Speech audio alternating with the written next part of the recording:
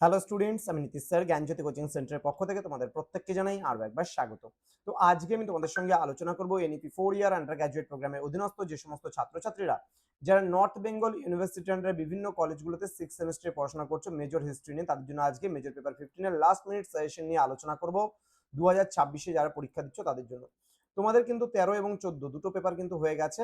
তো এই পেপারটিতে রয়েছে হিস্ট্রি অফ নর্থ বেঙ্গল। দেখো এখানে কিন্তু প্রচুর বিষয় রয়েছে, ঠিক আছে। এই পেপার থেকে কিন্তু চট করে বোঝা সম্ভব নয় যে কোনটা আসবে কোনটা আসবে না, কোনটা পড়বো কোনটা ছাড়বো। তো যেহেতু অনেকগুলো ইউনিট আছে, কোন ইউনিট থেকে কিভাবে কিরকম প্রশ্ন আসবে সেই নিয়ে কিন্তু আজকের এই ক্লাসটিতে আমি আলোচনা করব। ধৈর্য ধরে শেষ পর্যন্ত ভিডিওটি দেখবে। তোমাদের মাঝখানে 2 দিনের বা 3 দিনের গ্যাপ রয়েছে, তো সেই গ্যাপে কিন্তু একটু বেশি করেই তোমরা পড়ে যাবে পড়াগুলো, তাহলে কিন্তু 100% কমন পাবে।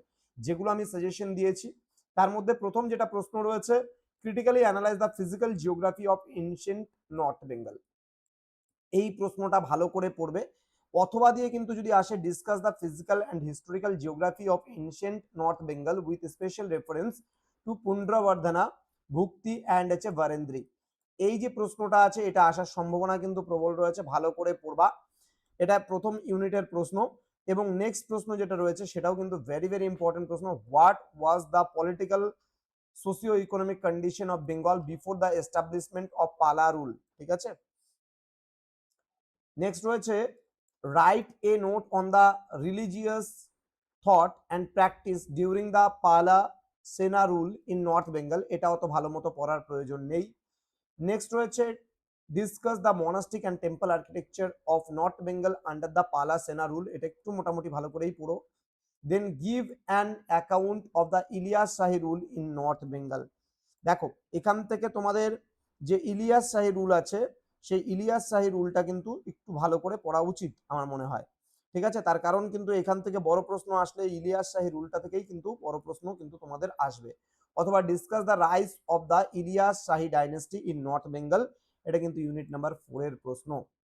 আচ্ছা, এই প্রশ্নটা very very important, discuss the rise of Kamata coach dynasty up to 1773।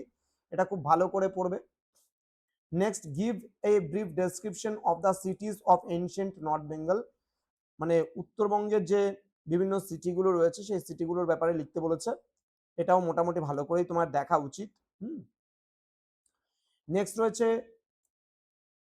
Trace the expansion of the Koch kingdom in North East India during the time of Naranarayan and Chilarai. চিলারাইকে শুক্লধ্বজ নামেও পরিচিত, মানে পরিচিতি রয়েছেন তিনি।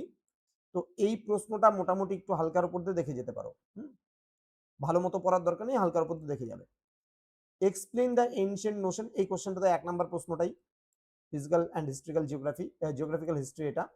এটা তোমার হচ্ছে ওই 1 নম্বর কোশ্চেনটারই alternative question. Next write a note on the socio economic conditions of the Pala empire, এটা ভালো করে পড়বে, স্টার যুক্ত প্রশ্ন। Next review the development of Buddhism under the Palas in north Bengal, এটা মোটামুটি 6-এর জন্য দেখলে হবে, এটা 12তে না পড়লেও চলবে।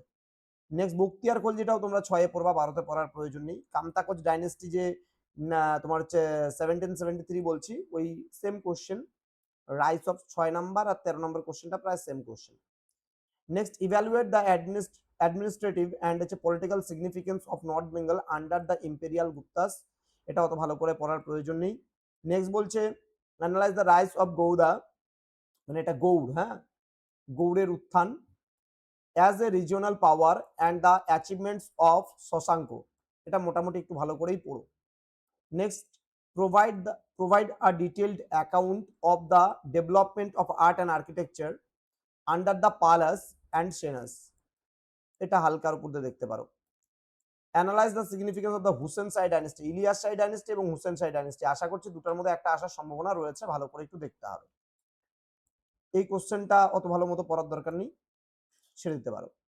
তো যেগুলো ভালো করে বললাম সেই প্রশ্নগুলো ভালো করে পড়ে যাবে। আগামীকালকে আমি তোমাদের মেজর পেপার 15-এর লাস্ট মিনিট সাজেশন 6 মার্কসের গুলো দেবো। তোমরা যারা এখনো আমাদের চ্যানেলটিকে সাবস্ক্রাইব করনি, সাবস্ক্রাইব করে পাশে থাকা বেল আইকন অল প্রেস করে রাখো, যাতে নেক্সট টাইম থেকে কোনো ভিডিও আপলোড করলে তার নোটিফিকেশনটা তুমি সবার আগে পেতে পারো। এছাড়া যারা ভাবছো যে অনলাইনে আমাদের কাছে জয়েন করবে পরবর্তী সেমিস্টার থেকে, তারা যোগাযোগ করবে ডেসক্রিপশন বক্স থেকে আমাদের নাম্বার নিয়ে। দেখা হচ্ছে খুব তাড়াতাড়ি আরো একটা নতুন ক্লাস নিয়ে তোমাদের সঙ্গে। তোমরা প্রত্যেকেই ভালো থেকো, সুস্থ থেকো। Thank you so much. Thanks for watching after all. Thank you.